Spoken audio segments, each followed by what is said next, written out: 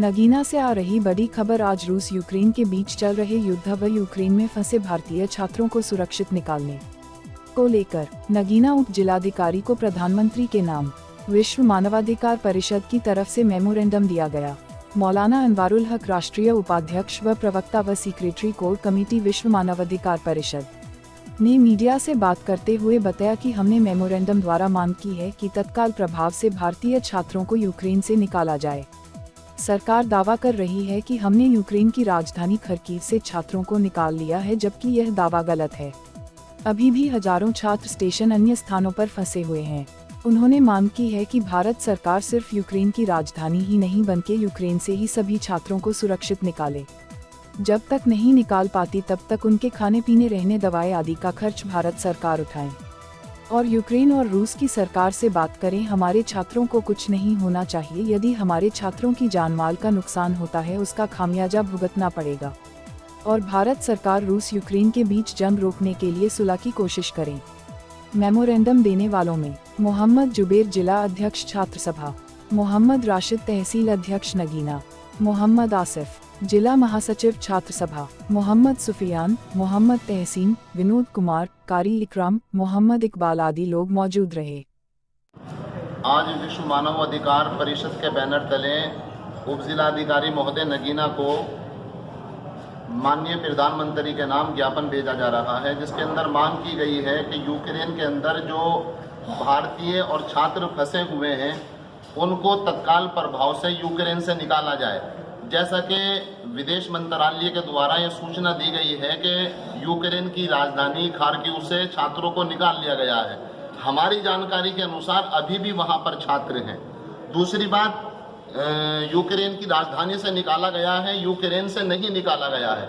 125 देशों ने अपने अपने छात्रों को समय से पहले निकाल करके पोलैंड, अन्य जो आसपास के देश थे वहां पर सुरक्षित स्थानों पर अपना भेज दिया था। लेकिन भारत सरकार की नीयत जब टूटी, जबकि हालात बहुत ज्यादा बिगड़ गए और जब निकालने की स्थिति थी तब 20,000 रुपए से 40,000, 40,000 से 60,000, फिर 80,000, फिर 1 लाख, फिर 1,20,000 और बीच में दलाल, उन्होंने टिकट इतने बढ़ा दिए गए जिससे छात्र अपने किराए से वापस नहीं आ सकते थे। ऐसे आलम के अंदर भारतीयों से अपील कर दें कि भाई अपने अपने पास से 1 रुपया भी देंगे हम लोग तो हम लाखों छात्रों को वापस ला सकते हैं। गंभीरता से भारत सरकार ले। अगर अभी एक नवीन जो हमारा छात्र है, हमारा भाई है, किसी का बेटा है, उसकी जान गई है, यदि और लोगों की जान जाती है तो यकीन जानिए पूरा भारत सदमे में होगा, सड़कों पर होगा, प्रदर्शन करता हुआ नजर आएगा। भारत सरकार को चाहिए यूक्रेन और रूस की आर्मी वहां की सरकार की आंखों में आंखें डालकर बोले कि भारत सरकार के अगर एक बच्चे को खरोंच आई तो ईंट से ईंट बजा दी जाएगी। हर भारतीय अपने हाथ में तिरंगा लेकर रूस और यूक्रेन के खिलाफ जंग भी लड़ता हुआ नजर आए और मैदान में उनके खिलाफ प्रदर्शन करता हुआ नजर आएगा। हमें हर एक बच्चा, हर एक छात्र, हर एक भारतीय अपने देश में सुरक्षित वापस चाहिए। किसी भी कीमत पर समझौता हम लोग नहीं कर सकते।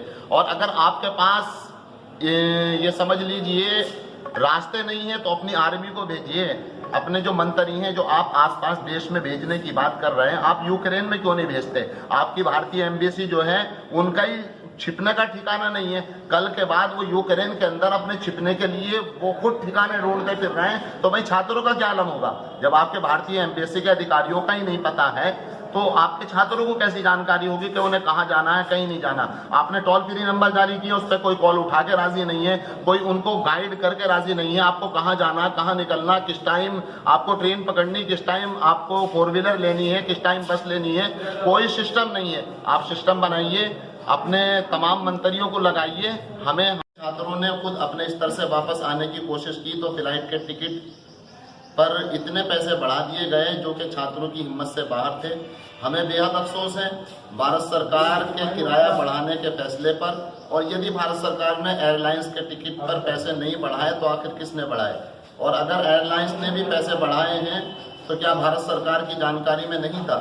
और जानकारी में था तो तत्काल प्रभाव से इस निर्णय को निरस्त क्यों नहीं किया गया? जबकि युद्ध के समय भारत सरकार को खुद आगे बढ़कर समय रहते अपने खर्चे से भारतीयों को वापस लाना चाहिए था।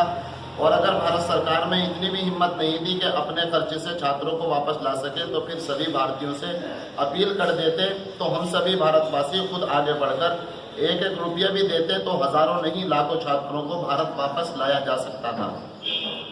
महोदय, हम किसी भी सूरत में अपने एक एक भारतीयों को सुरक्षित अपने देश में लाने की अपील करते हैं और यूक्रेन में फंसे सभी भारतीयों की देखभाल, सुरक्षा व दवाई, खाने पीने आदि खर्च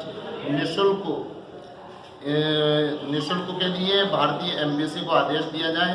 यूक्रेन में भारतीय एम्बेसी ने कुछ गाइडलाइन जारी कर टोल फ्री नंबर जारी किए हैं। यूक्रेन में फंसे भारतीय व छात्र उस गाइडलाइन पर अमल करने के लिए टोल फ्री नंबर पर कॉल कर रहे हैं। ना ही तो कॉल उठाई जा रही है, ना ही कॉल का जवाब दिया जा रहा है। ये बहुत चिंता का विषय है। ऐसी स्थिति में छात्र अपने स्थान से निकलकर दूसरे स्थान पर जा रहे हैं। यदि उनसे संपर्क नहीं किया गया और उनमें से एक भी युद्ध की चपेट में आ गया तो हमारी मेहनत बेकार हो जाएगी। और भारत सरकार से उम्मीद करते हैं कि वो अंतर्राष्ट्रीय स्तर पर रूस यूक्रेन के बीच युद्ध को लेकर शांति बहाली के लिए अपनी हर मुमकिन कोशिश करेगी। विश्व मानव अधिकार परिषद का पूरा परिवार भारत सरकार और यूक्रेन में फंसे छात्र व उनके परिवार के साथ है और हर मदद के लिए पूरी तरह तैयार है।